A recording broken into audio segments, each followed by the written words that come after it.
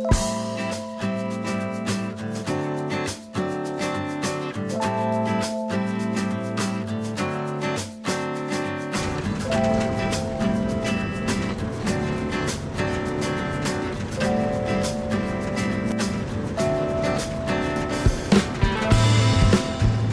first thing you see as you come to Norseman is the BP service station. There are only three major roads linking Western Australia with the eastern states of Australia. There is the main highway between Kununurra and Katherine in the north, the Great Central Road between Laverton and Yulara, and the Eyre Highway. The Eyre Highway runs from Norseman in Western Australia and ends in Port Augusta in South Australia. It was named after explorer Edward John Eyre, who was the first European to effect a crossing of the Nullarbor Plain back in 1841. The Nullarbor gets its name from the Latin for no trees. Construction on the Eyre Highway first started in July 1941 and was completed 6 months later. It was first known as the Forest Highway, named after John Forrest.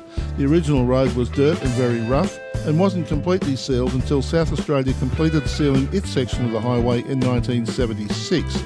The road is used extensively by heavy transport, and people using the road to travel across the country in the shortest possible time tend not to take in the many attractions to be found near the highway.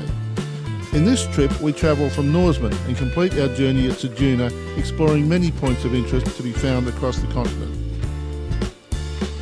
Norseman is situated at the western end of the Eyre Highway, 726 kilometres from Perth.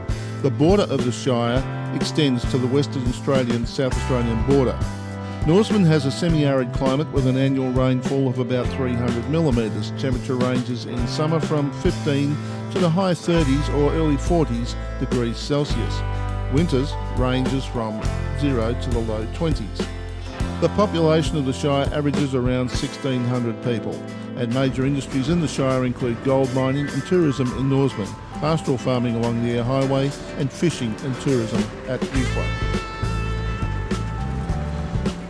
We're going to make for the highway and start heading east.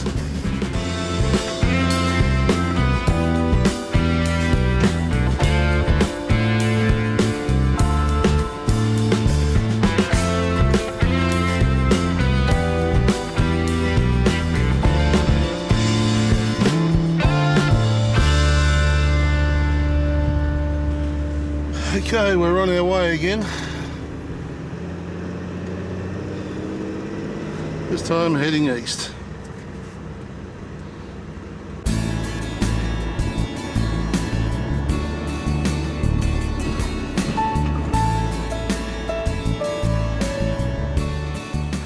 Fraser Range Station is the first station settled on the Nullarbor in 1872 by the Dempster brothers.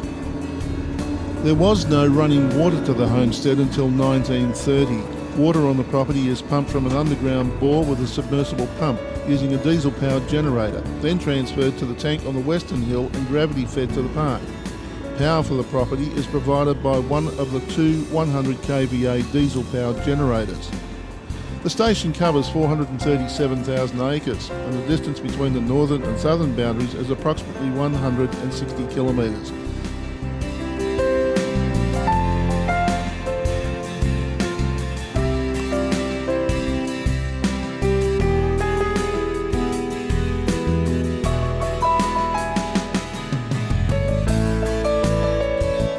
An 800-metre walk from the Fraser Range campground takes you to the 6th hole of the Nullarbor Links golf course. The Nullarbor Links concept is unique. The 18-hole par 72 golf course spans 1,365 kilometres, with one hole in each participating town or roadhouse along the Eyre Highway, from Kalgoorlie in Western Australia to Ceduna in South Australia.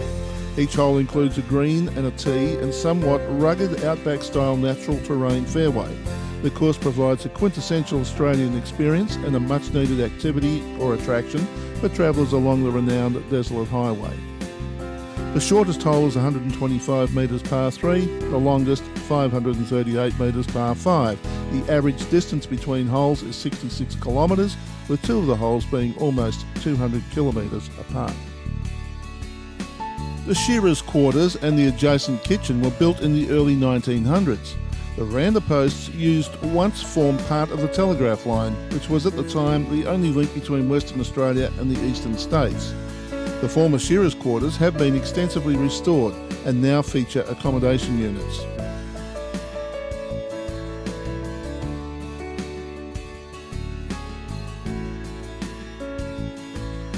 The two old vehicles you see as you enter the property were owned by the station's roo shooter and dogger. It appears that a Perth car yard advertised that they would trade anything, but were quick to change the ad after Fraser Range occupants held the yard to its advertising by arriving with and trading in Charlie the Camel. The 1927 Chrysler you see on the property is the result of that trade.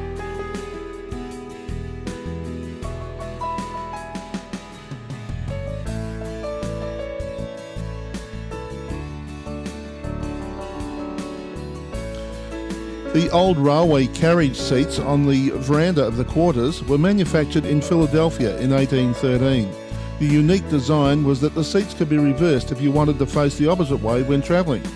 The seats were used on the route between Kalgoorlie Boulder and Trafalgar. The camp kitchen barbecue area has been constructed to resemble the style of the older buildings in the park, even using a traditional design for the roof using a plough disc.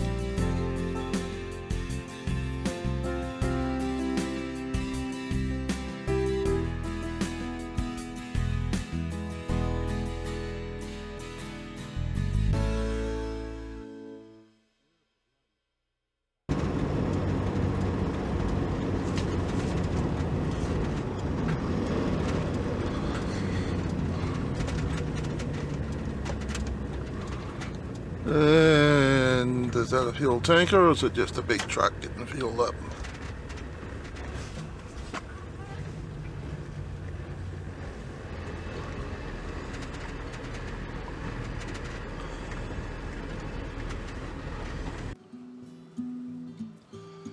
Balladonia is 191 kilometres east of Norseman and 181 kilometres west of Caiguna, and has a population of about 9. The area was originally settled in the 1880s. In July 1979, pieces of Skylab landed here and gave international fame to Balladonia. Within the Roadhouse complex is an interesting and well-designed museum which displays everything from Balladonia's early pioneering days to the dramatic crash landing of the Skylab space station in 1979. There is a reminder of the RedX trials from the 50s, along with a number of remnants from the Skylab displayed here. Amusingly, at the time, the local Dundas Shire Council presented NASA with a littering fine, and President Jimmy Carter even rang the Roadhouse to make his apologies. The whole issue was something of a good-natured diplomatic event, with Canberra's American ambassador visiting the region to inspect any damage that may have been done.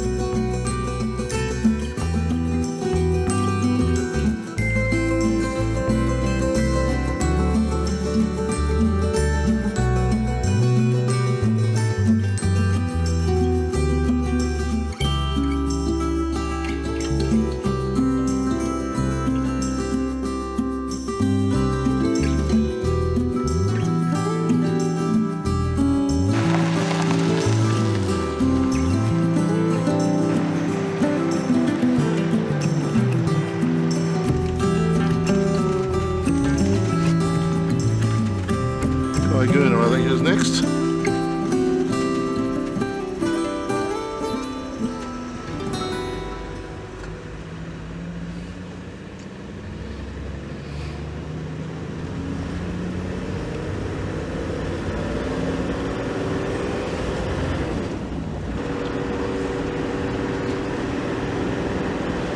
Caiguna 181.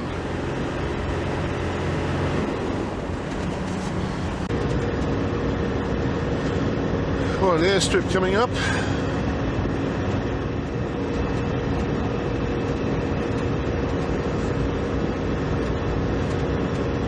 Nice wide aprons on this one. I have to say I am surprised that they've got those white posts on either side halfway down the strip. Mind you, they are metal and they soft metal and they bend over easy.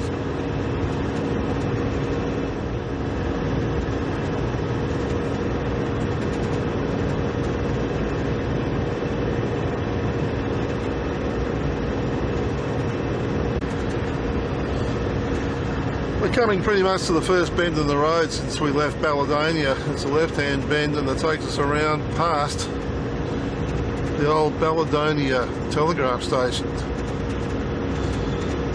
Used to be a grand old building, I believe.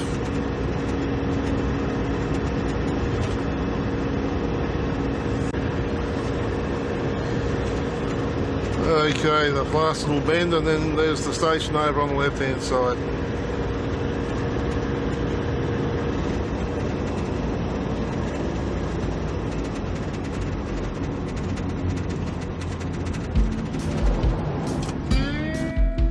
Balladonia Telegraph Station was constructed in 1898 and was an integral part of a network of telegraph stations that operated between 1897 and 1927, linking Western Australia with the eastern states and overseas through Adelaide. It is constructed of local limestone and has an associated underground parget stone water tank and dry stone wall. It was first placed on the Register of Heritage Places in 1978.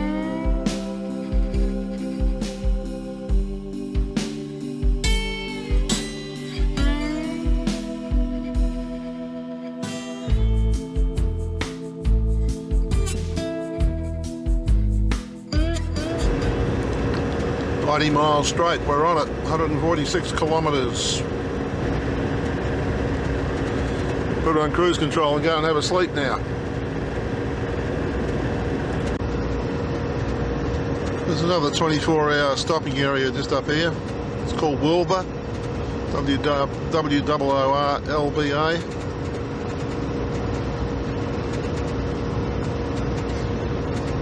And it's in on the left-hand side of the road.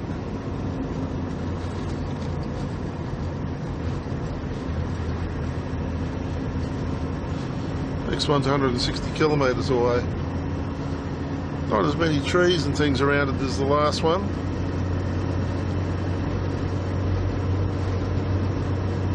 Oh, there it is on the right-hand side of the road. It's an emergency phone.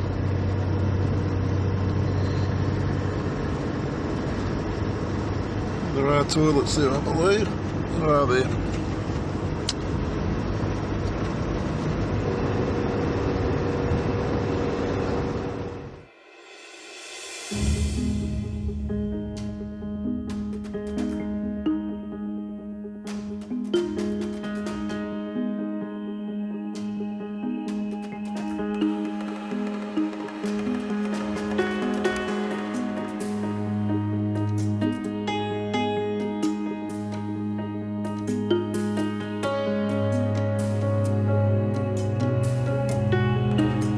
The Caiguna Blowhole is located 5 kilometres west of Caiguna and 10 metres off the highway on the Eyre Highway. Blowholes are formed on the Nullarbor with years of chemical and physical weathering of the limestone bedrock. As high and low pressure weather systems pass along the Nullarbor, the hole breathes in and out, hence the name blowhole. Reversal airflows are caused by the pressure differences between the underground caverns and the air pressure above ground.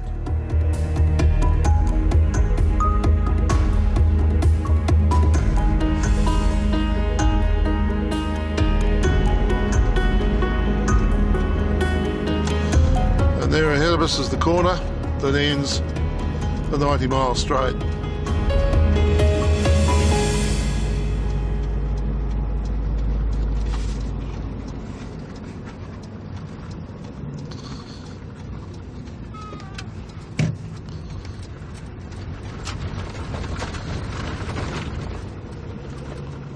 As with every roadhouse along here, there is of course the golf course.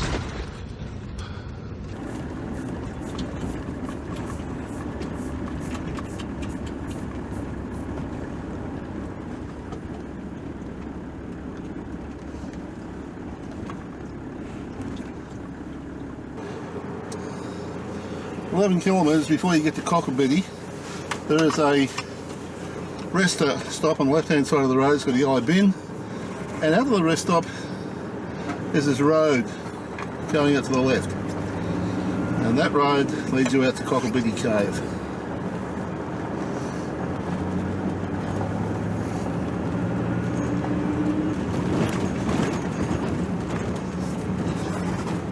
There's a notice here which tells you that the cave is closed until further notice. Recent heavy rains has destabilised the cave entrance. Now that was back in 2006, 20th of January 2006, so can't get into the cave, but it's about 11 kilometres in. Most of these caves are accessible by two-wheel drive. You don't necessarily need a 4x4 to get to them. A couple of them might be a little bit a chance of getting your car scratched, but you can choose which ones you want to go to, which ones you don't want to go to. Get a mud map from Cocklebiddy service station or from the motel and store there. Ask them for a copy of a mud map with where the caves are and how to get to them. There are a number around the place. Park up for the day and go for a drive around, or alternatively stay at the caravan park overnight or in the motel. There's a fair bit to do around Cocklebiddy.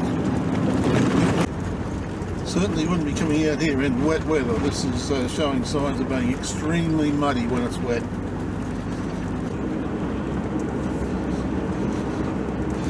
Just up ahead of us, level with the ground, as they all have been. You just wouldn't know they were there until you're suddenly on top of them. There's Cocklebiddy Cave. Don't fly down here too quick and missed everything, you go straight over the top of it.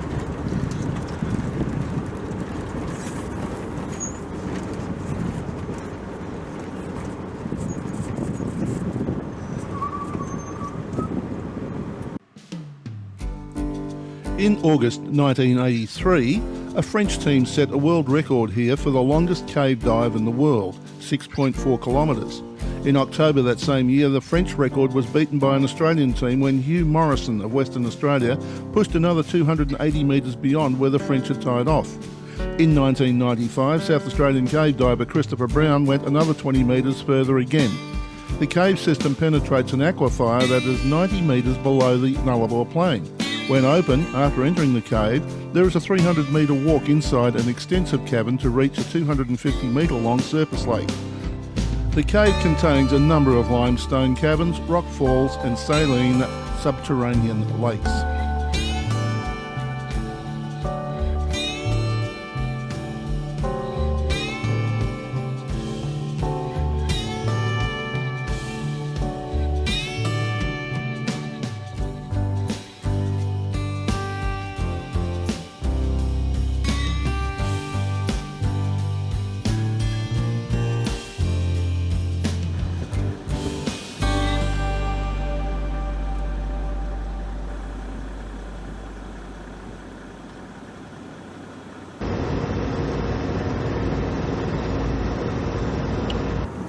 Just on 6 kilometres out of town before you get to Cocklebiddy, so in other words on the Perth side of Cocklebiddy, a little track leads off on the right hand side, and this is the Murra El-Elevan, I think that's what it's called, cave,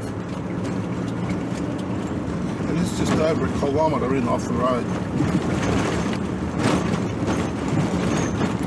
And again, we're back in the Letchwood Nature Reserve.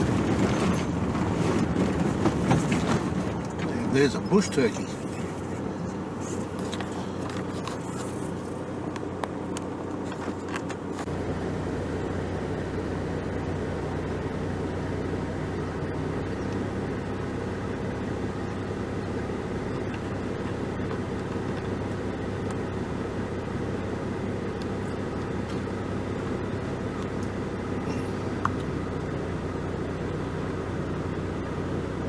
obviously come to have a look here as well. It's actually a busted, Australian busted. Here's our cave here as well.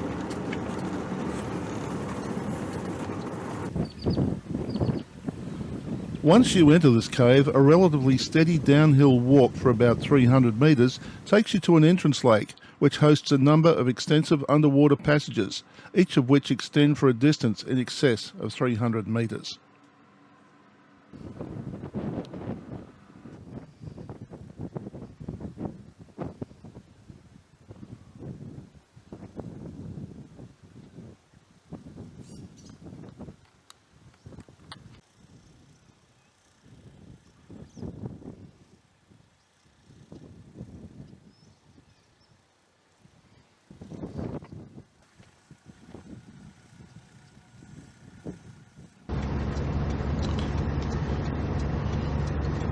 Cocklebiddy, the original motel,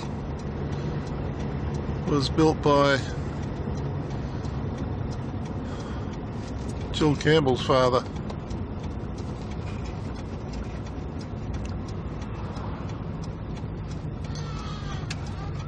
Back in 1964, I think it was. A lot of changes since then.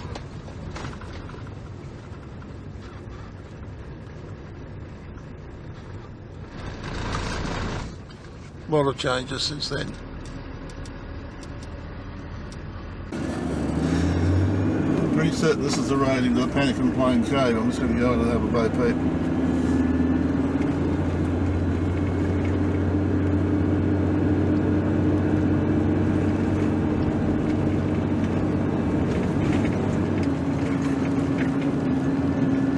This is Norseman Nature Reserve. I'm sure this is a collapse bit or a blowhole from the Pannikin Cave, this one just here.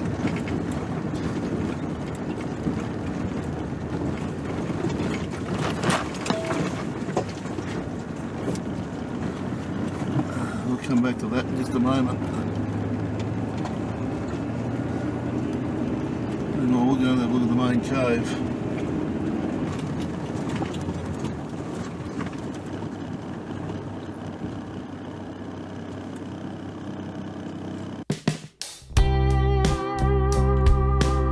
Pannikin Plains Cave is one of the longest and deepest underwater caves in the world.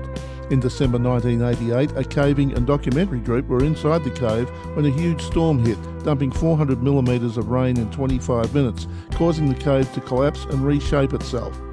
The party of 14 people were exploring and filming the vast underwater tunnels for a documentary to be shown on television. Somehow, all escaped without injury.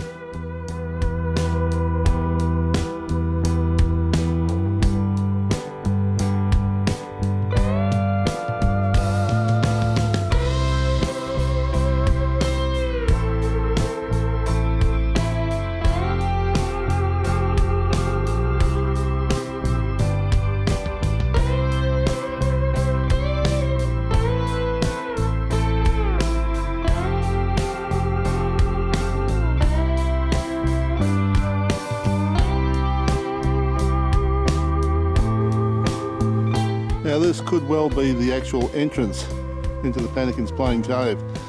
There doesn't appear to be much of an entrance at the other cave, and that's the one that's marked on the map. This one's not marked at all.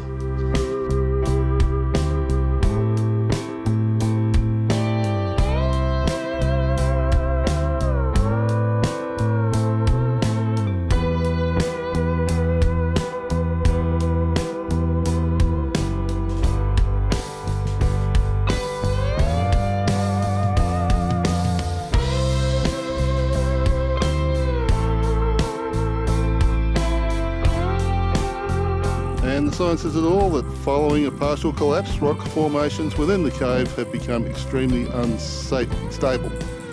Due to safety, entry is prohibited. So, there you go, that answers. The cave is just over 1.5 kilometres, or it's around 1.5 kilometres in off the road. Dry weather with no problem. I towed the caravan in there without any hassles.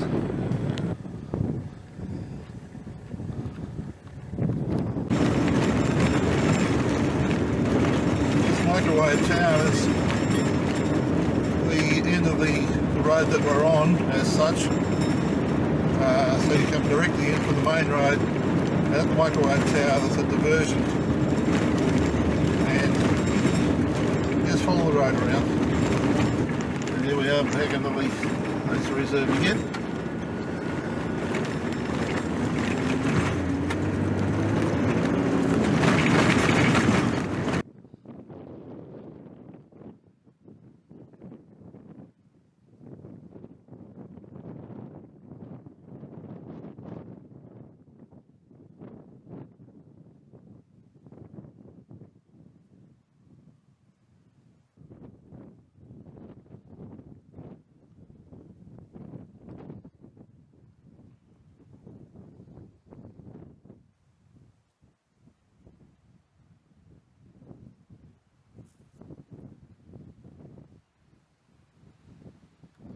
When you reach the car park, this is where you need to leave any any trailers, caravans, or indeed ordinary passenger vehicles. Because from here on in you need four-wheel drive. It is sand driving, and even a soft roader, you really should seriously reconsider whether you're going to do it or not. There's no camping or towing down here. Day visitors pay $10 per vehicle, and if you want to stay then, and you're in an ordinary car, then they can arrange to pick you up here from the car park.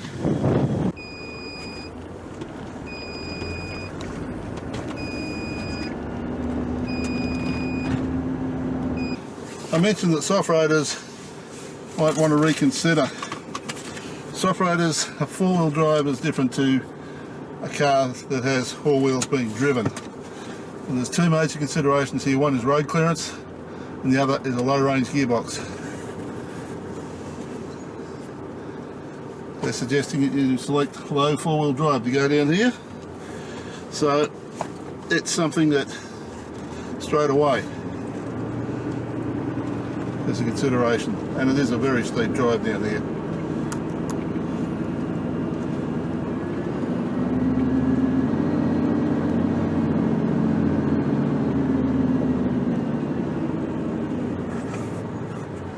Just on the left hand side here there's a little blowhole, very hard to see.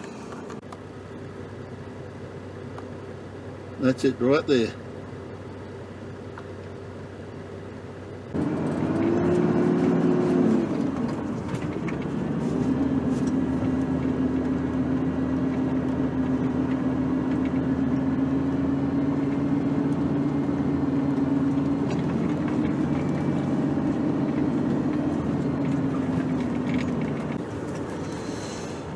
This point here, there's a split in the road. You can go left to Burnaby or to Madura, and where we're heading is to Eyre. So for those of you who want to explore, you can follow the scarp line along the sand, along the bottom to Madura. Going code of the track. Engage four-wheel drive, reduce tyre pressures, approximately 20 pounds per square inch until tyres show a bulge. So let's do it.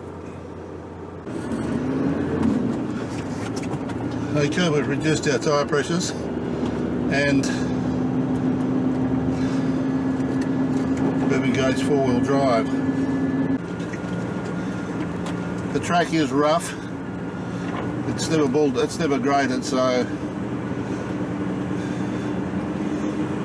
help things along by running with reduced tyre pressures and running in four-wheel drive.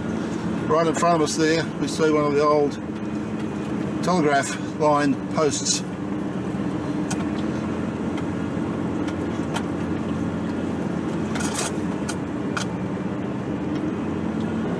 You'll note that the track is a little bit deeper where the tyre marks are as to where the crown of the road is, and if you're in a vehicle that hasn't got good clearance, chances are you're going to drag the belly on the ground and do some damage, or maybe even hook yourself up in the air somewhere along the way.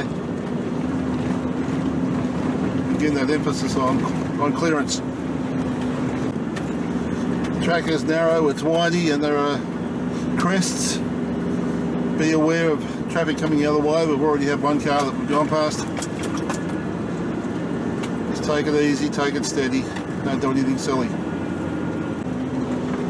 On a day like today, the track is pretty firm, but there's been rain in the area of recent times. When there's no rain, of course, this will get very fluffy and sandy. Pretty easy going at the moment. But all along the way, we see these old telegraph poles. And as you go in, you'll find these blue markers on the left-hand side of the track, just indicating in this case that there's 5 kilometres to go to our destination. We're now down to the last couple of kilometres, just went past the 2 kilometre post.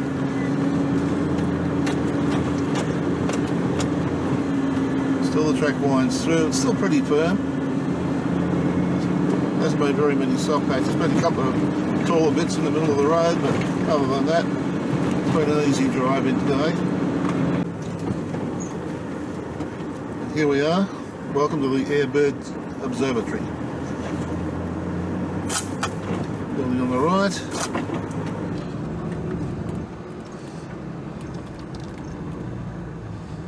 Parking to the right.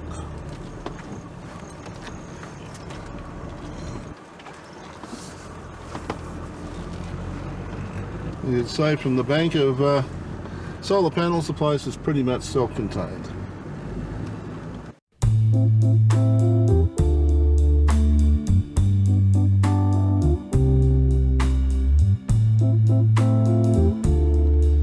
The Eyre Bird Observatory is situated in the wilderness of Neutsland Nature Reserve south of the Nullarbor, besides the Southern Ocean in Western Australia. It nestles among the Mallee and is separated from the Southern Ocean by a kilometre of impressive white sand dunes, Eyre's Sand Patch. It was here that Edward John Eyre found water and rested for a month during his east-west journey in 1841. The first Eyre telegraph station, built in 1877, was replaced by the current limestone building in 1897. The observatory was established in 1977 by the Royal Australian Ornithological Union, now Birds Australia.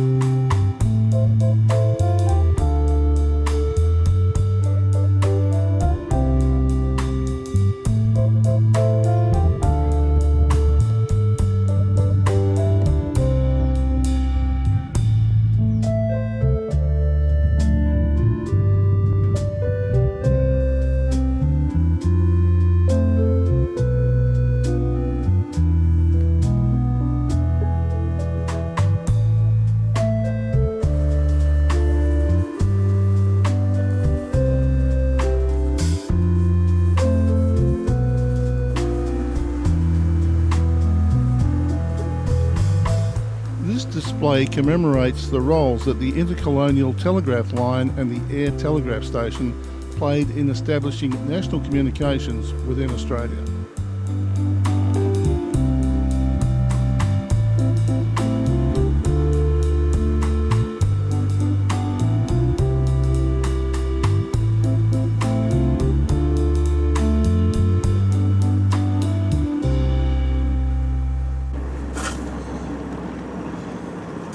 You go on down to the beach, you drive around past the observatory building.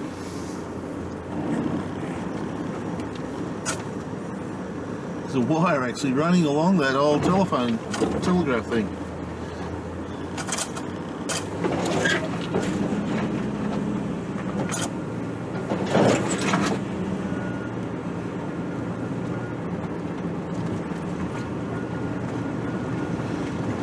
And there's a monument just down here.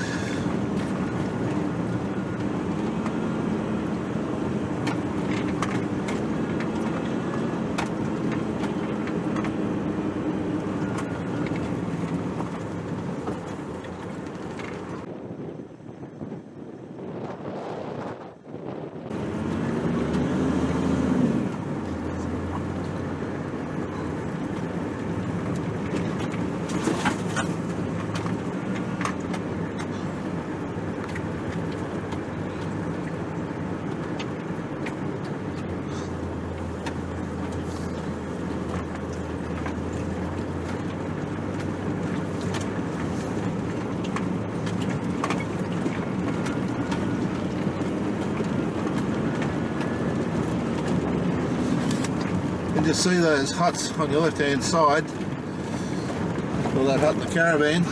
Turn right, just follow the wheel tracks out. It'll take you out through the sandhills here.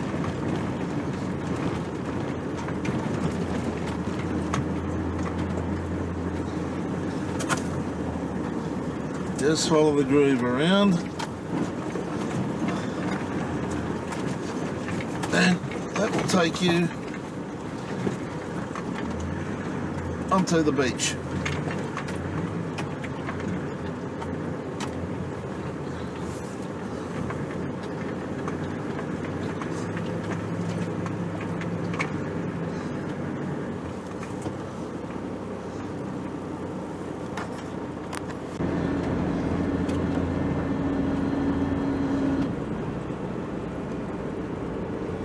Yes, this old fishing boat ain't going anywhere.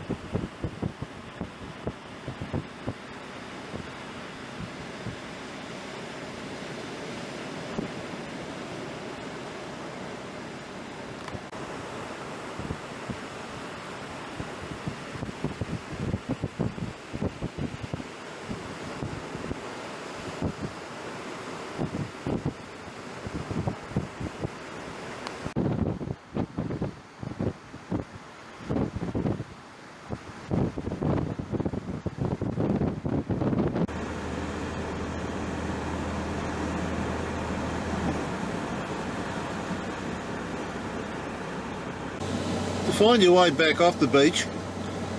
There's that big orange ball and a white pole, and the way out is just to the right of it, right there where you came in.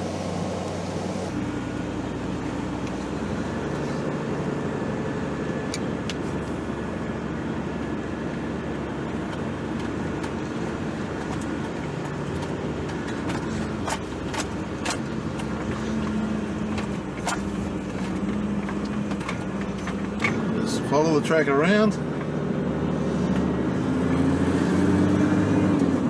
straight out, and there in front of you you'll see behind that bush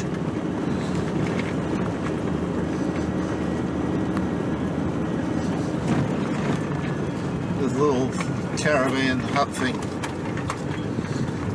and the track is just to the left. I don't know who lives in there because there's supposed to be no camping, but that's been there for 12 months that I know of, so hopefully it stays there and that helps with the navigation. Okay, we're heading back.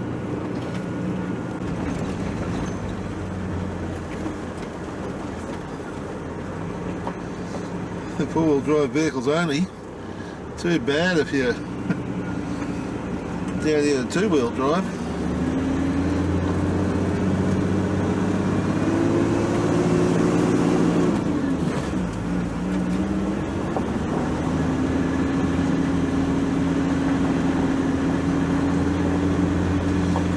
It's got to stay there, you can't come back up again. No, you've got a 2-wheel drive, we're not letting you off here.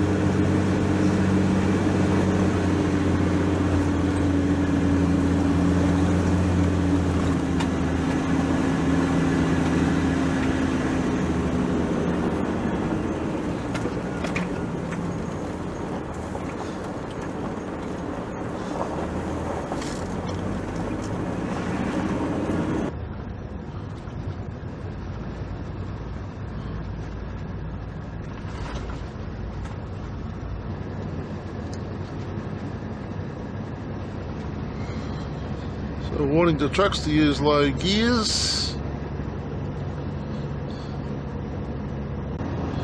as you descend the scarp. Okay, so what you can see ahead of you is the Hampton Tableland. To the left, that's what we've just come off of. And to the right is the plain leading to the ocean.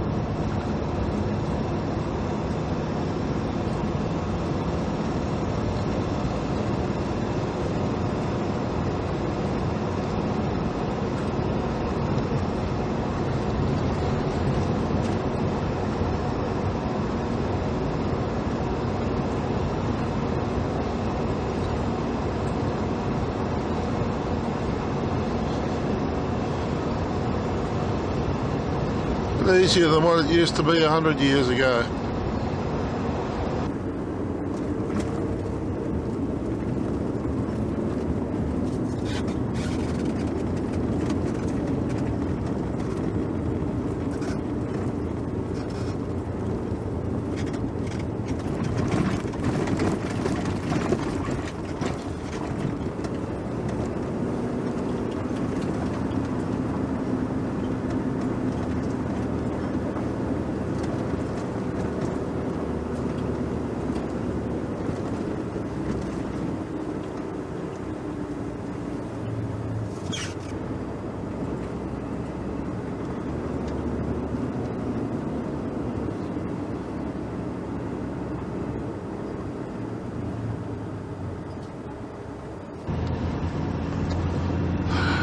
$182 to Eucla, Mundrabilla $114. This is probably one of the nicer views along the Eyre Highway.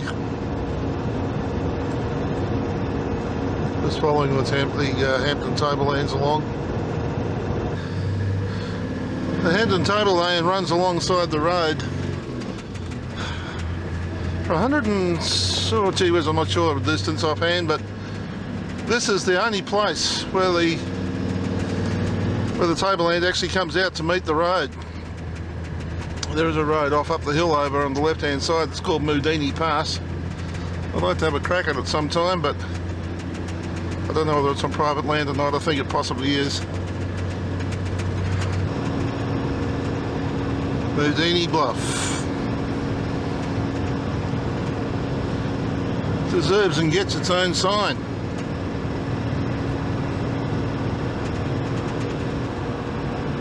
And then just a kilometre down the road on the left hand side is the rest area.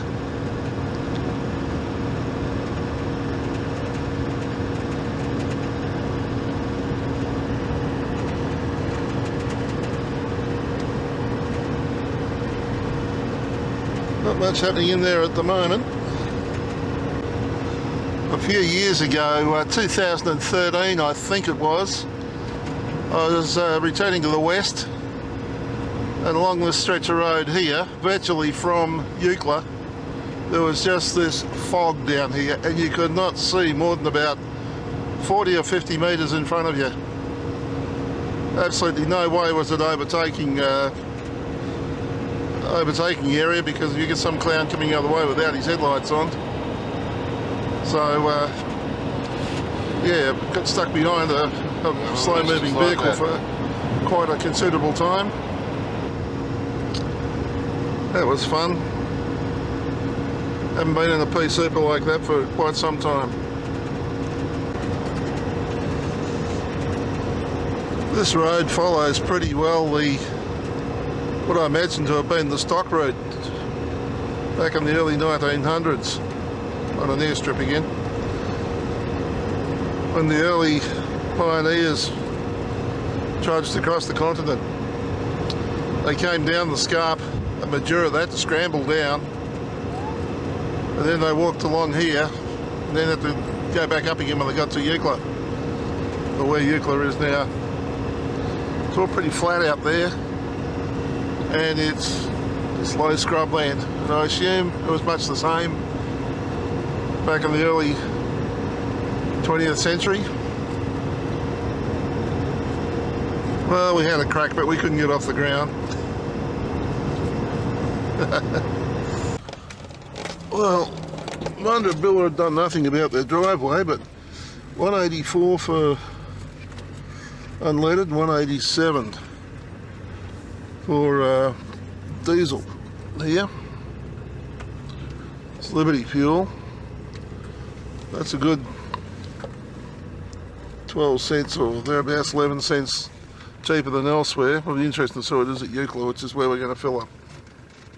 Now, apparently the food in there is all home cooked, so that justifies the prices or something. Piece of carrot cake, $5. Cookies, big cookies, $4. Mind you, guess you want something just a little bit different to taste, so either pay the money or go without. I'm sorry, I paid the money.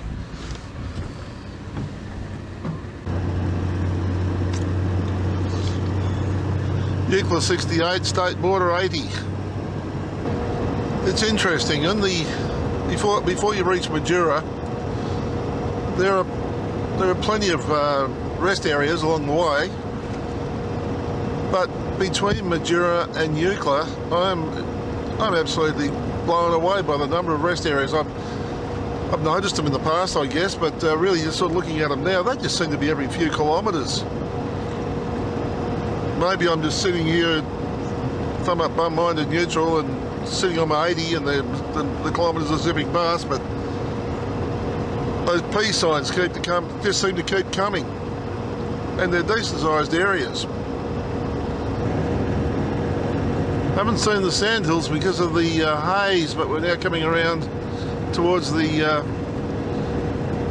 Eucla Pass and up into Eucla. 5 to Eucla, 23 to the border.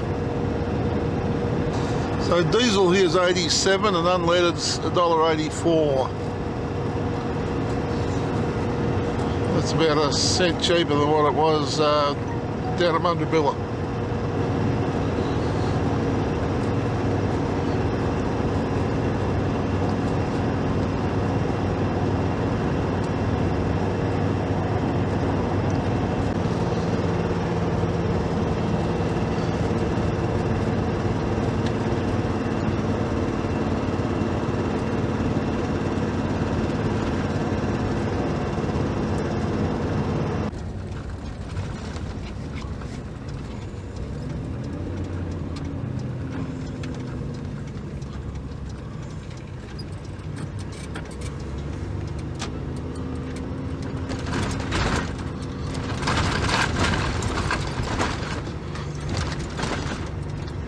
I suppose they don't fill the holes in here because they really don't have to, do they?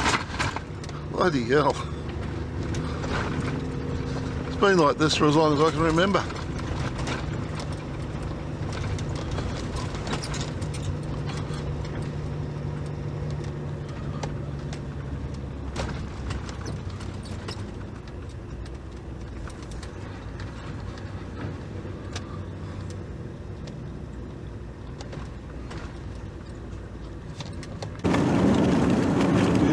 Blue ocean this morning, this afternoon, today. Eucla was established in 1877 as a manual repeater station for the overland telegraph. A jetty and 1 kilometre tram line was constructed for offloading supplies to this remote area. At the time, both the South and West Australian colonial administrations operated out of Eucla's telegraph station. Before the invention of Morse code, South Australian staff employed what was known as the Victorian alphabet, and Western Australian telegraphers used what was known as the Universal code. Originally, Eucla's Delissa sandhills were considerably smaller than today. In the 1890s, a rabbit plague passed through the area, eating dune vegetation which caused large sand drifts that repeatedly covered and uncovered the telegraph station. Today, the telegraph station remains in ruin and the area is reportedly haunted by a ghost.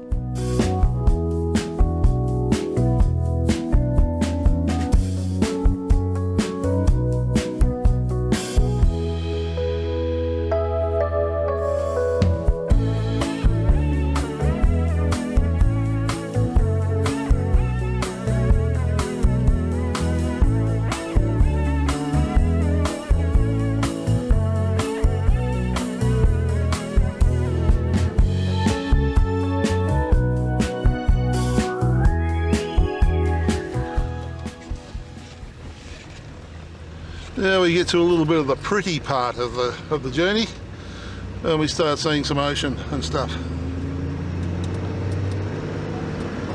Well, we've reached the state border, so we're now officially entering foreign territory. T'other-siders, here we come.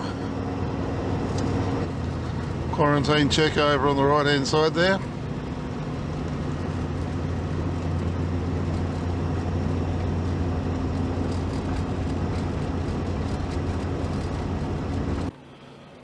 Border village.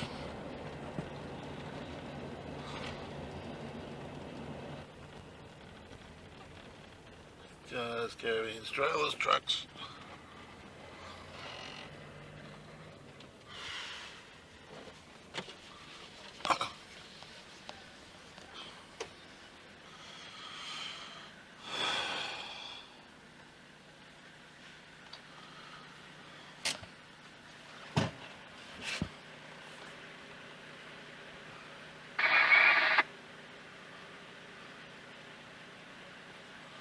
Turn off engine. It says, do I have to turn off my engine?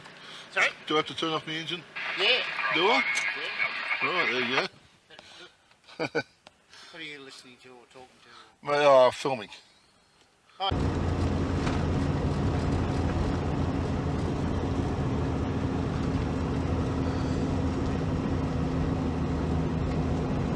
And we are now officially in South Australia. And that's straight ahead of us there is the old Eyre Highway.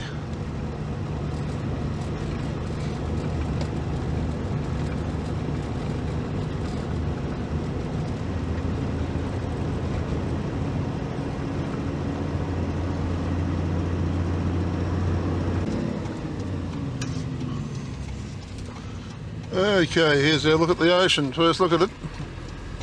The Great Australian Bight was first encountered by European explorers in 1627 when a Dutch navigator, Captain Tyson, sailed along its western margins.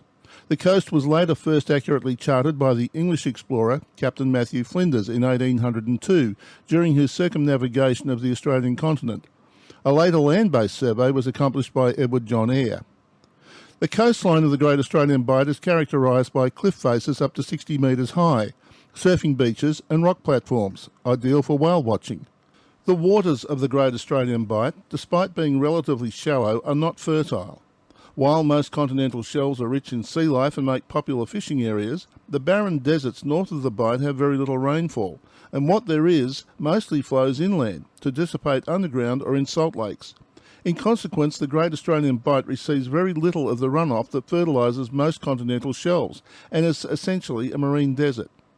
It is probably best noted for the large number of sharks that frequent its coastal waters, as well as the increasing numbers of southern right whales which migrate within the region. One location on the Bight that is specifically oriented towards the understanding of the natural history on its coastline is the Eyre Bird Observatory.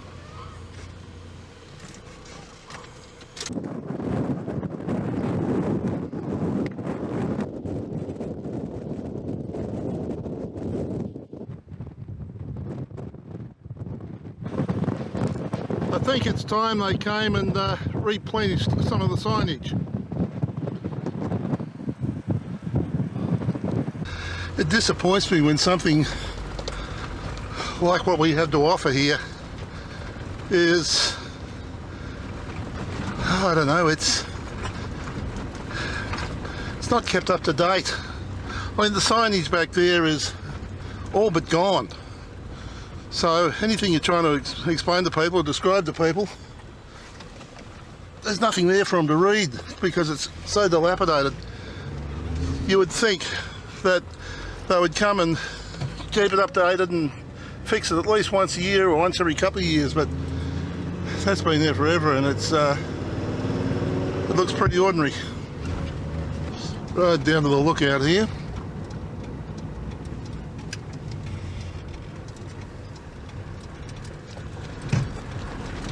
A lot of these roads have actually shut off now.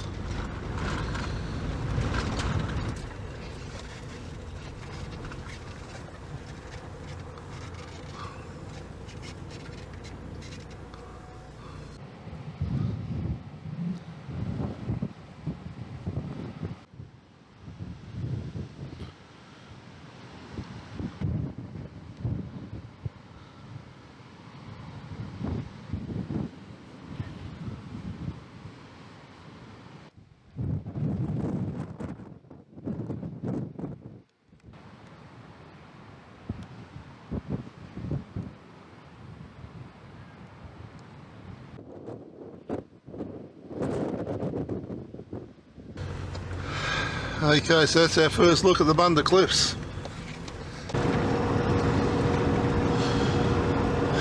The story with Koonalda Homestead is it's on the old Eyre Highway, and they'd set up a fuel station there, a repair place. There's a whole heap of old cars in there at the moment, but what would happen is that cars would come through, they'd refuel, and if they needed repairs, they'd get done there. They broke down, they died there. And the Guthries, who owned the place, set up a business based on the passing traffic, because just living on station income alone wasn't enough. Then of course they decided to build seal the Eyre Highway, and it is 14 kilometres or thereabouts to the south of where the old Eyre Highway was. And the day they opened this section of the road, the new Eyre Highway, the old one died, the traffic stopped, and Guthrie's business went broke. There's a rest area into the right. I've stayed there once before. And the turn off is just back down the road here. And there's no signage, it just happens. This looks like it just here.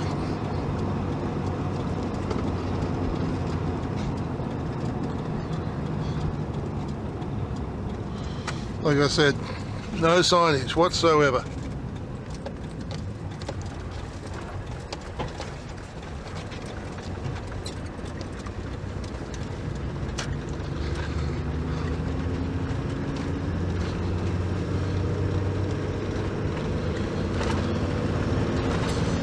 Now, from memory, this road veers off to the left, and it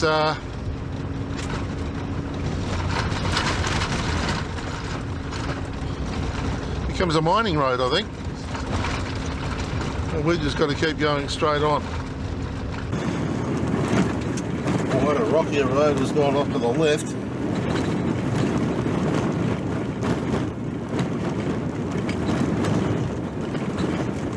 Road going in there, and I think there's probably a cave just in there as well.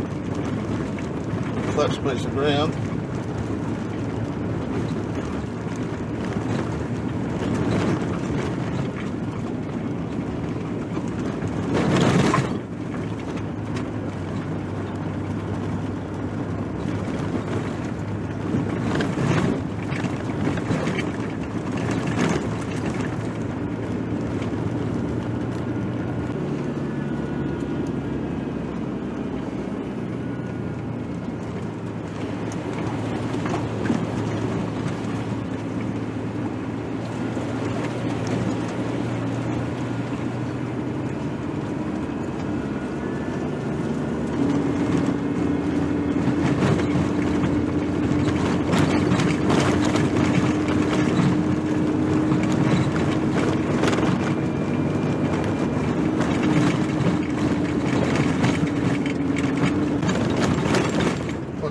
allows a wide road, albeit rocky, now generated into the track.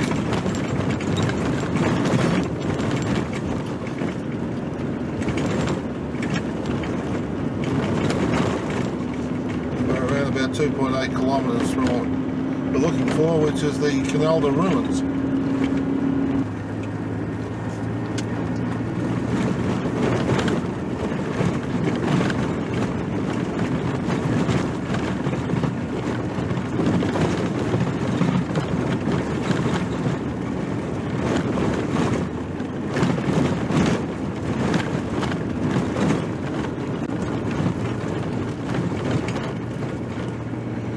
Luxuries we didn't have on the Birdsville track, and there's a rabbit running down the road. Go bunny, go! Yeah, one of the luxuries we didn't have down the Birdsville track was side tracks around the boggy bits and the wet bits. Reason's parking up over here on the left side, close the light on.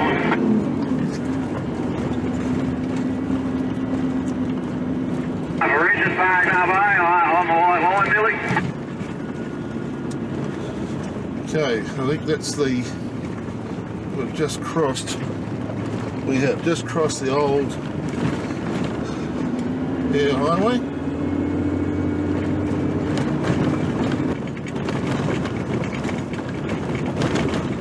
Here we are up on the right hand side.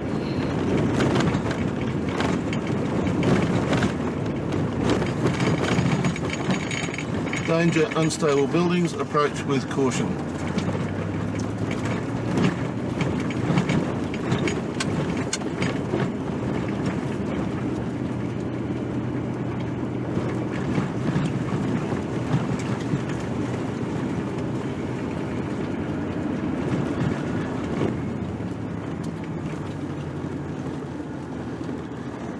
Wow.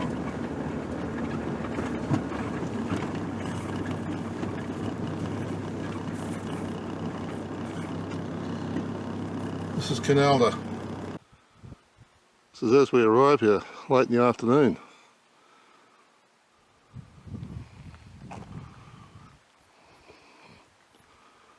At the back there, a whole heap of old motor vehicles. And as we go further around, more old motor vehicles.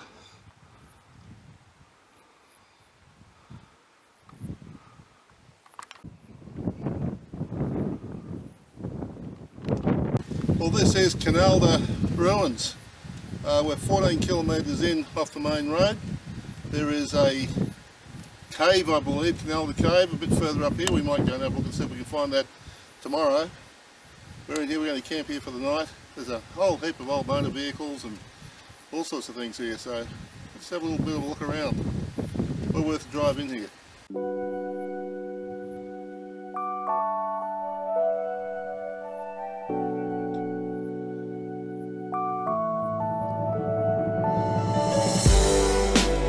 The Gurney family leased Koonalda Station from 1938 until 1988. This station was only feasible because water for their stock was pumped from Koonalda Cave lakes into the above ground storage tanks, and the historic pumping equipment still remains in the cave today. On a vast area of timeless plain, pastoralists often had to make do with materials at hand, and sleepers from the Trans-Australia Railway line near Cook were used to build the Koonalda Homestead's outside walls and fences. The timber windows and some of the doors are recycled materials from the old Telegraph station at Eucla. This homestead is a rare example of World War II construction in the outback.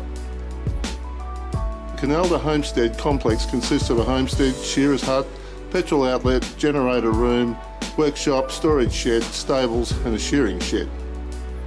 It was South Australia's most western pastoral property for 50 years. In 1989 it became part of Nullarbor National Park.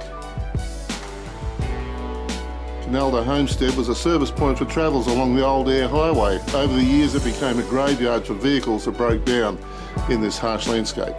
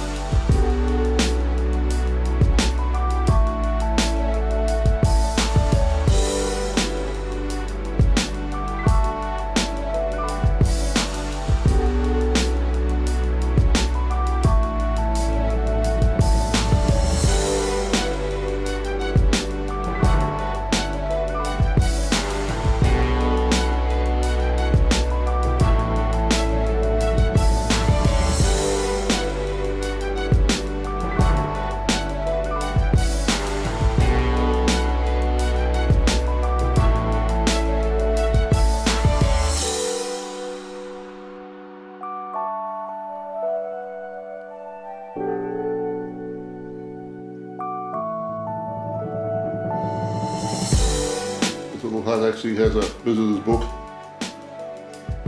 and I assume obviously some people have actually camped in there.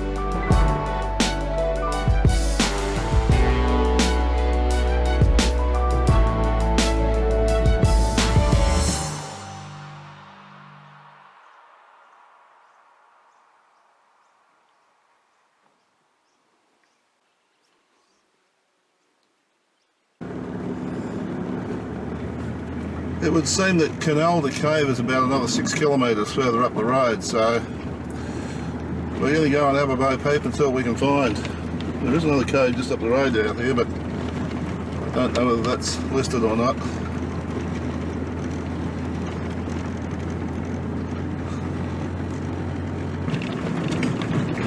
It's great that the National Park have left the place pretty much as it is. It's really good.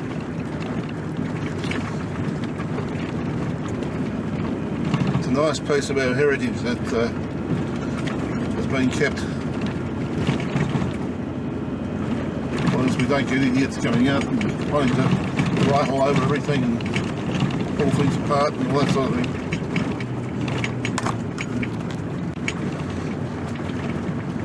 Just off to the side here, as we come up here, there's another shed that I didn't know about. It's a big property, so there's likely to be anything here.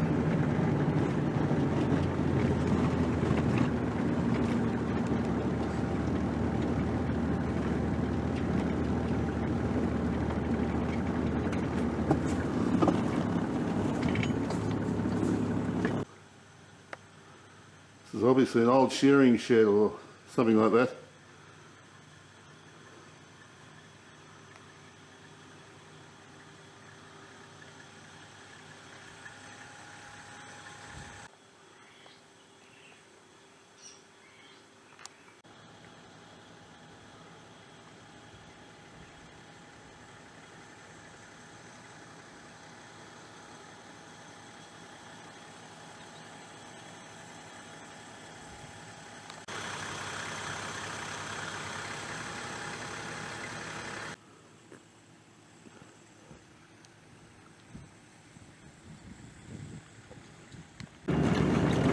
We're 4 kilometres further in there, and about 1.8 kilometres apparently to where the cave is.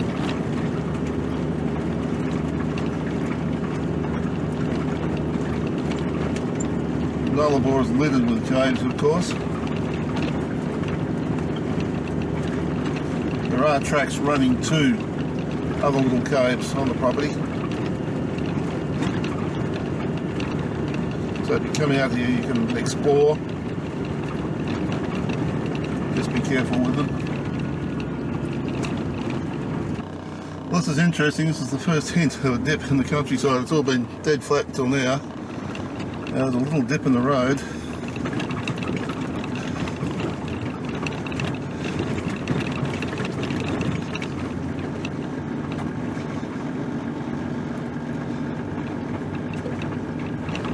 Around the corner here is the Koonalda Cave.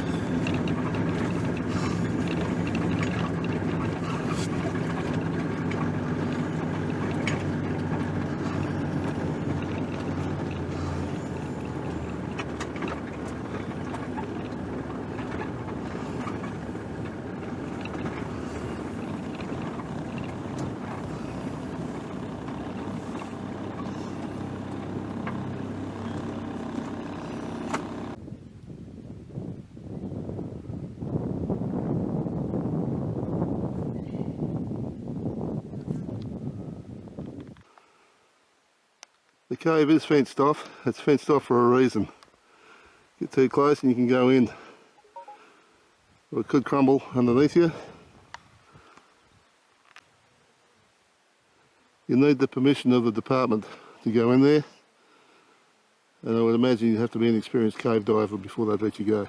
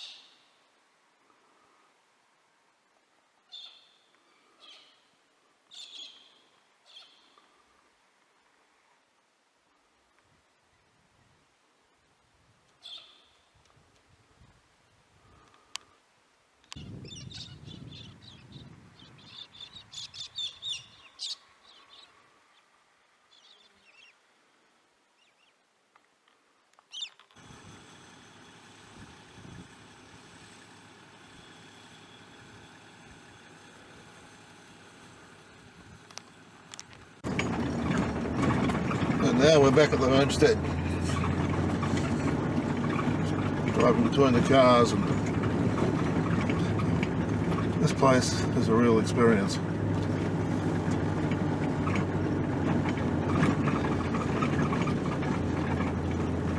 Sure, it's 14k off the road, but it is well worth taking the time to come out here and have a look.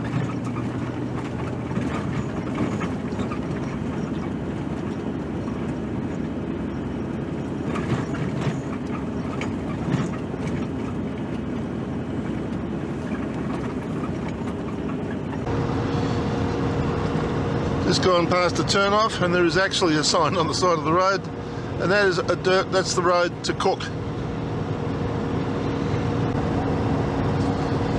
Nullarbor Plain, the western end of the treeless plain. That's what it is down here. It actually spreads around about 1600 kilometres wide up the top. It's only about 10 or 12 kilometres down here, 14 kilometres down here officially. And coming up on the left hand side of the road is Nullarbor.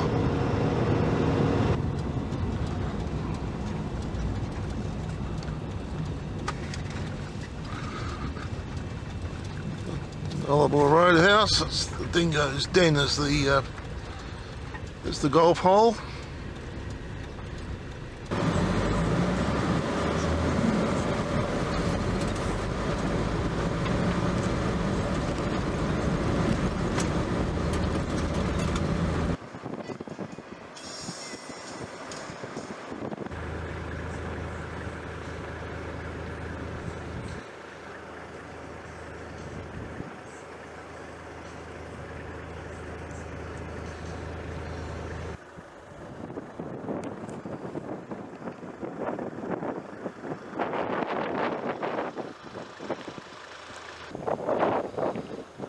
There's been a lot of rain out here recently. Damn, dry. Dry as a bone. You can just imagine the directions being given, can't you? It's follow the road out, drive past the tree on the right, and continue on. We've still got 6.5 kilometres to go. Out here you don't get too many opportunities to build a house.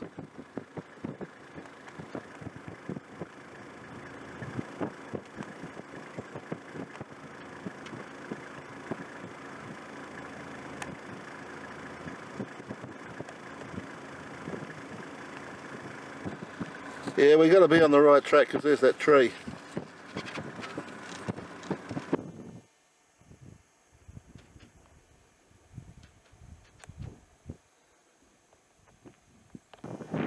There's a plaque here that tells you about the caves,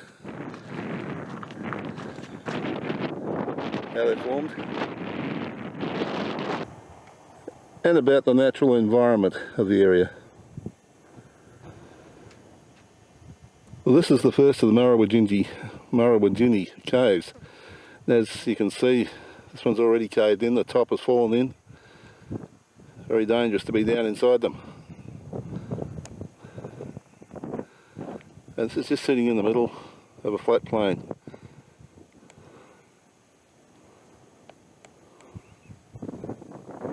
There are 3 caves in the area, caves 2 and 3 down this way. Let's go and have a boat peep.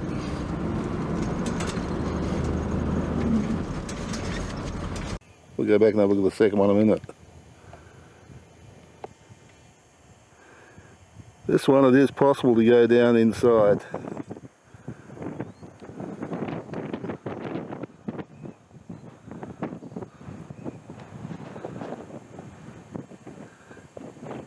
Again, don't go down unless you've got other people with you. I'm on my own, I'm not going in.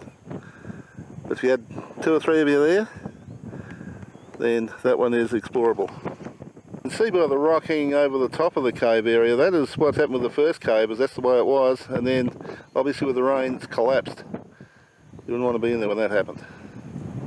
You can see in the top of the rock there a couple of holes which drop through to the cave.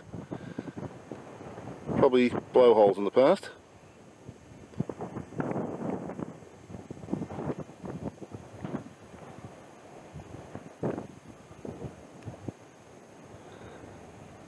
These little blokes have been flying in and out of the cave.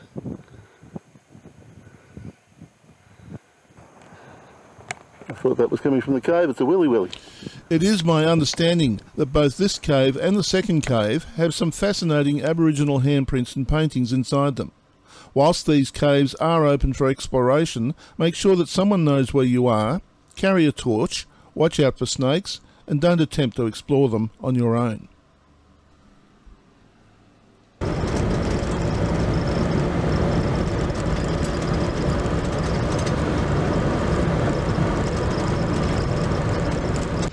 The Nullarbor is still the dearest fuel. $2.05 for diesel, $1.97 for unleaded. I was a bit worried after the place was taken over by new management that maybe my comments on my DVD about Nullarbor being the dearest fuel on the Eyre Highway might be redundant. They're not. There's an interesting little place that I didn't see before. Looks like a recreation of the original Nullarbor Roadhouse. Okay, we're coming up to the head of the Bight. There's 2 or 3 caravans heading off down there now. It's about a 25 kilometre run down to the ocean, and it's well worth it. We're just going to have a quick stop and have a look and see. There's another one going in there now. Have a look and see what's down there. If there's that many going in, obviously there are whales in at the current time. They generally put it up on the gate. Is there anything in there at the moment? Doesn't say anything there. But I dare say if everybody's going in there, there's got to be something.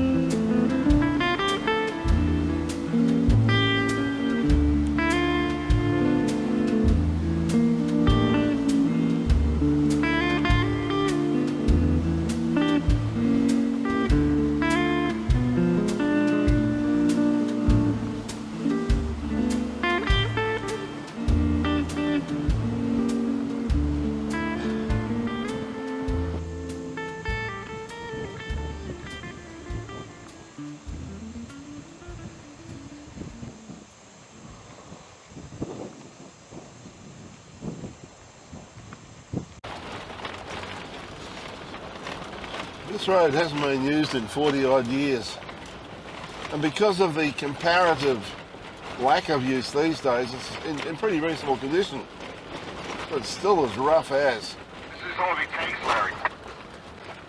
The road is as rough as, and you can just imagine what it was like in the old days when there wasn't a lot of traffic going over by comparison to today, obviously, but there were potholes and they were filled full of bull dust, and so it was. Well, this is Ivy Tanks, or what remains of it. There used to be a roadhouse here.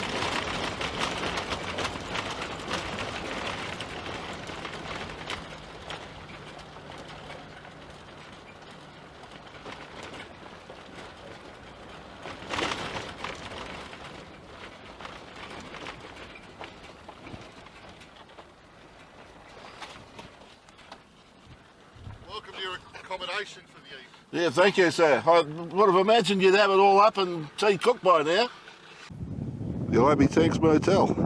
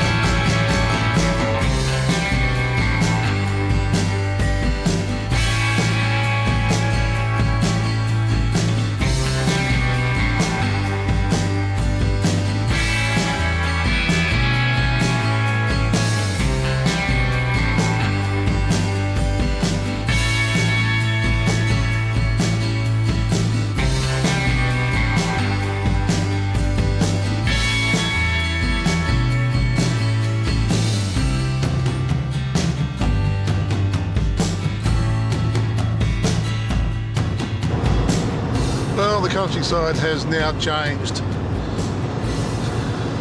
Still low scrubland, but it's now undulating a bit more. It won't be too long before we're into the tree area, forest area.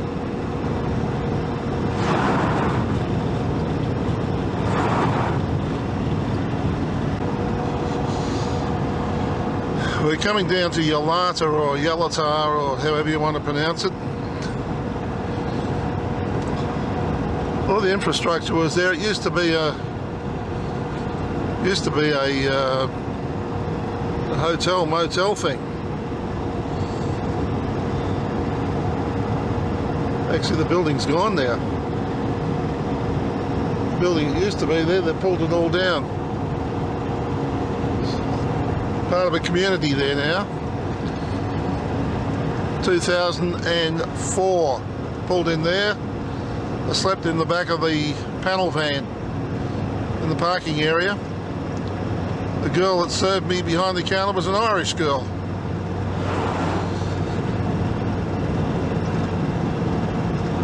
So I assumed it would have been owned by the Aboriginals back in those days, but they've now closed it, so there we go. It's been closed for a long time.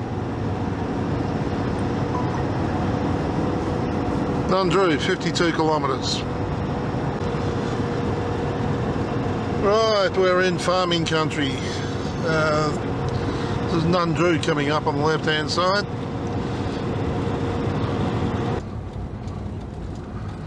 Well, there's a few vehicles over the road from the station. Open 7 days, 7:30 to 8:30. And fuel is a lot cheaper than what it is back at Nullarbor.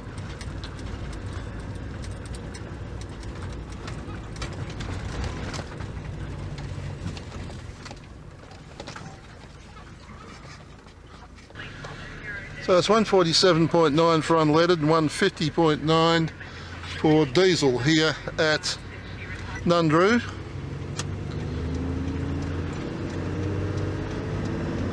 Comfortable run through here for the cruiser.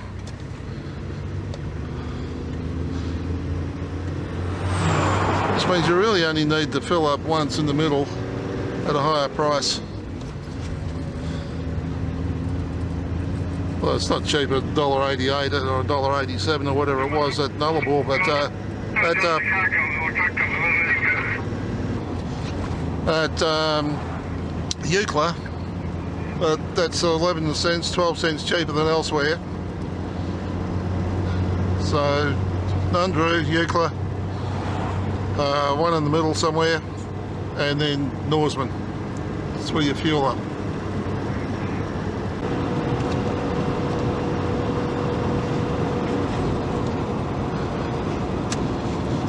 Koorabie and Fowlers Bay. At long last they put Fowlers Bay on the sign. Once upon a time it was just Koorabie and you had no idea.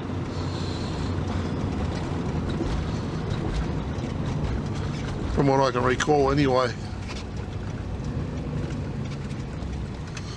Koorabie or Koorabie. Koorabie. How would anyone know how to pronounce names over here?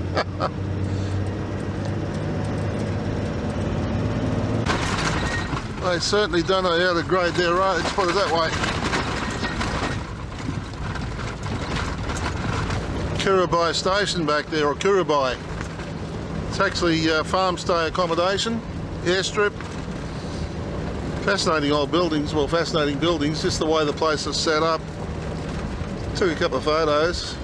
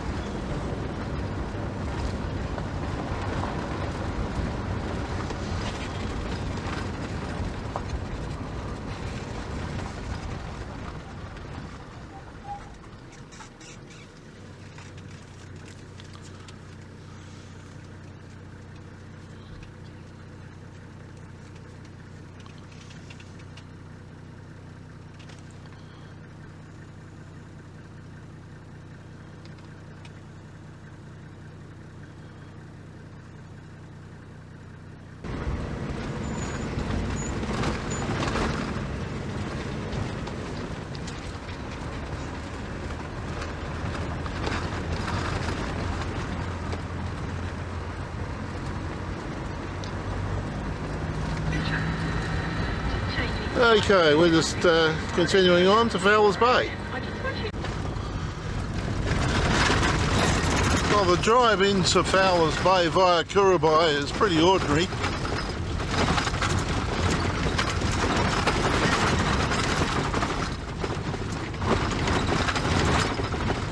I don't know how often they grade this road, but certainly hasn't been done for a while, I'd suggest. This is Fowlers Bay.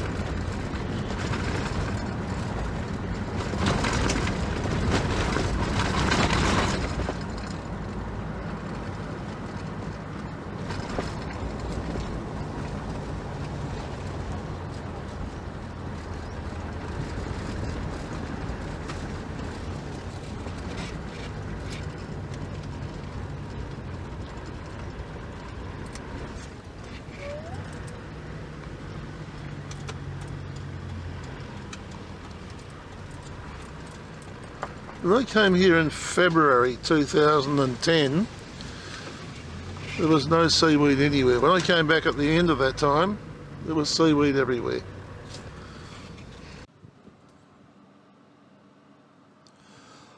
On the 28th of January 1802, Matthew Flinders anchored in waters which he named Fowlers Bay, after his lieutenant Robert Fowler, who later became Admiral Fowler. The land party found neither water nor firewood, but Flinders noted that the bay would provide useful shelter to ships.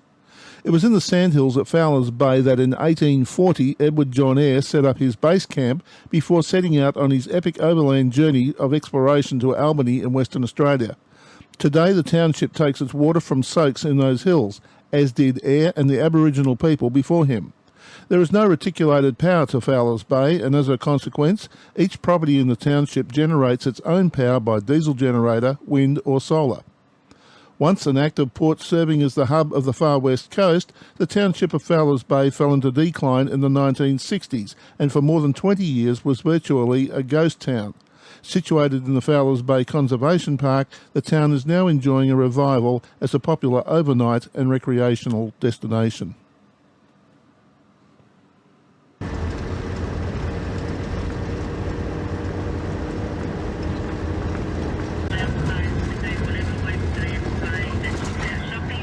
Hello, we're here on Bitumen Road.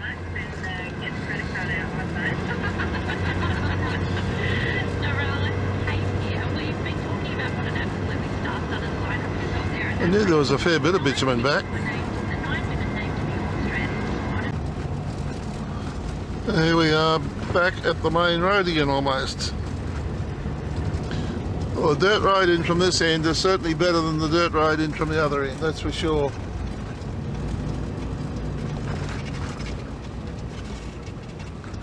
Now this is 33 kilometres on from Nundroo. So, Penong's 47, Ceduna 119. Penong claims to have the biggest windmill in Australia. Now I don't know if that's strictly true because there's some pretty damn big ones in Queensland as well. But we just might have a little tug around town and see what we can find. This is Penong. We'll come back to the museum. Now then, so your diesel fuel's $1.50.9 here as well, so you may as well hang on until you get to Nundroo, where it's going to be the same price.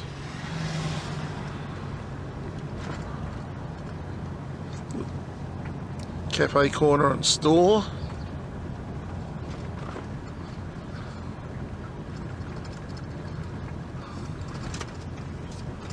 Police station on the right.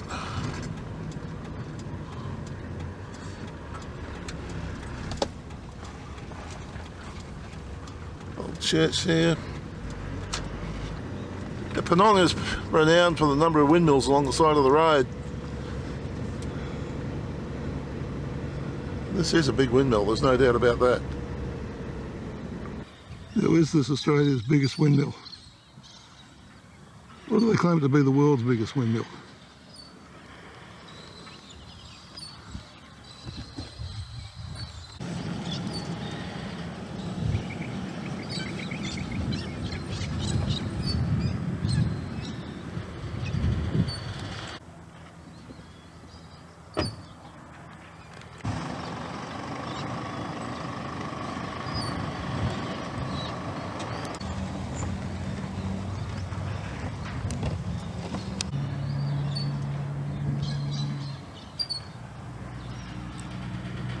That's a 35-foot comet.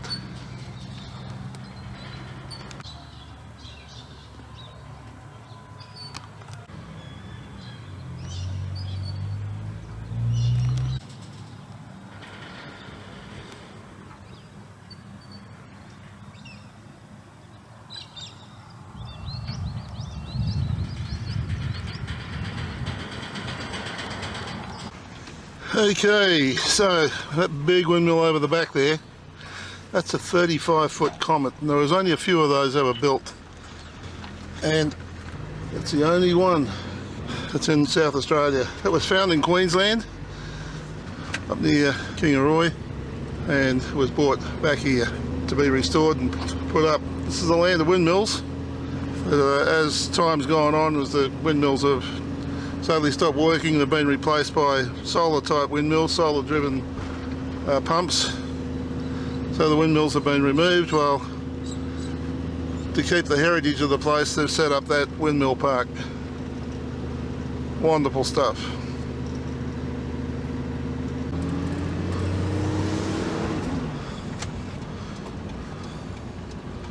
I'll take a drive around the block. I did this a while back, but I'll do it again. It's the hall there. Silos haven't been attacked by the silo art people as of yet.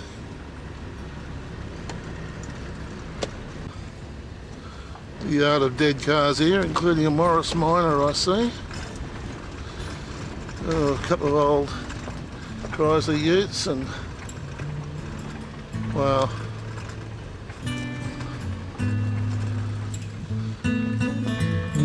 That's worth a look.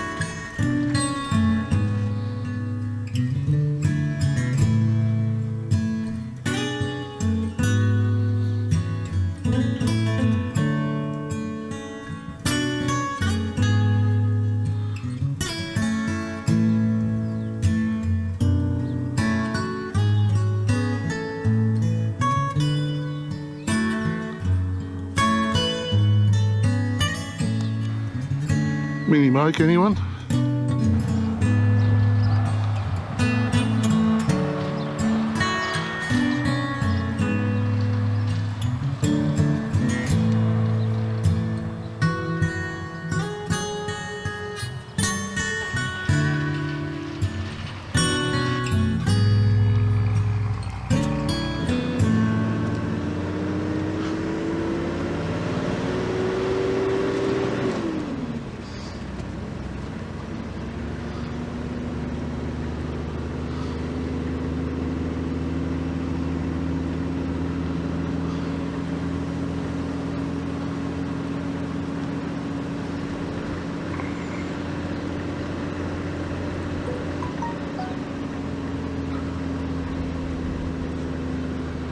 Penong Hall, 1966, and the pub on the corner.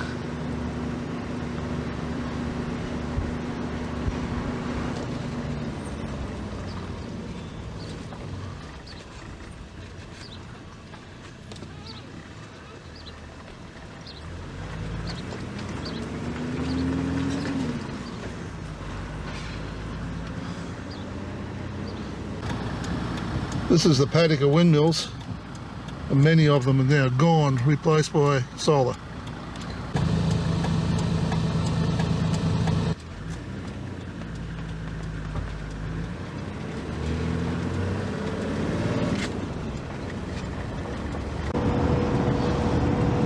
Ceduna.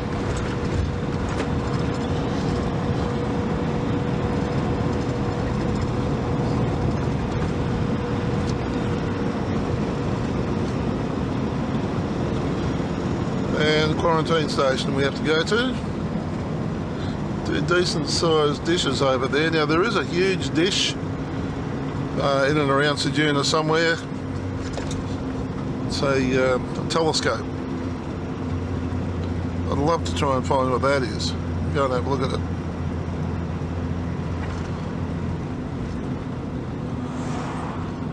We got quarantine down here.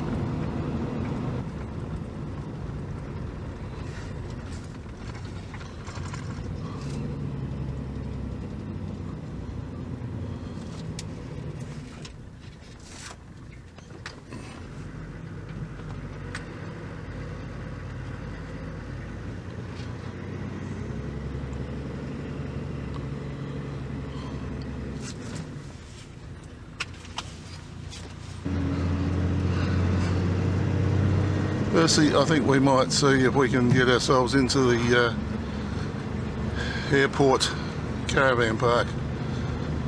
I've enjoyed it out there before.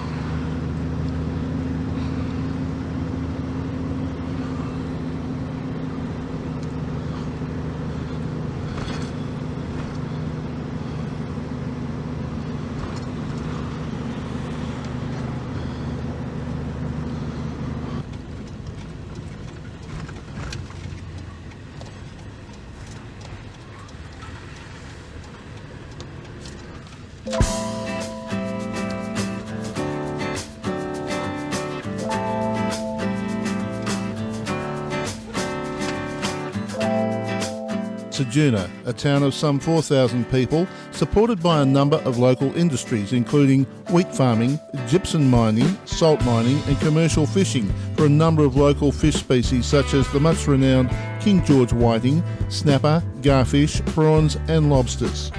From Ceduna you can choose to travel on to Port Augusta or detour south along the coast of the Eyre Peninsula to Port Lincoln.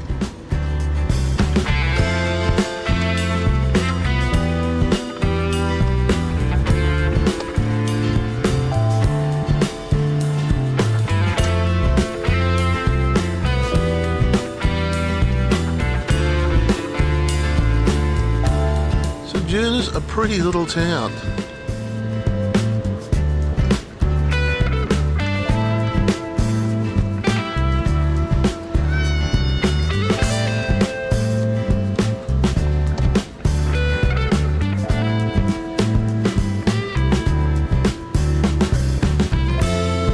Really decent sized hotel there, the Ceduna foreshore.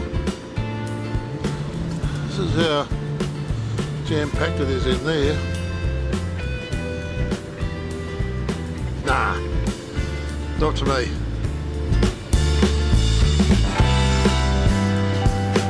This is the deli down an alleyway.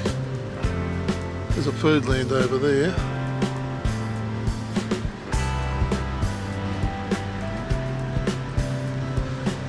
It's in there, foodland, that's it.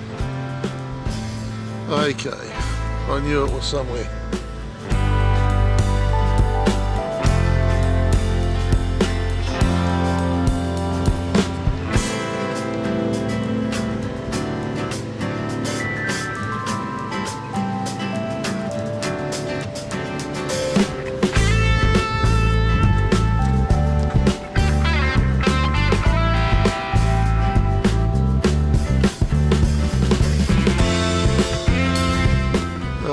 Quick tour around Ceduna.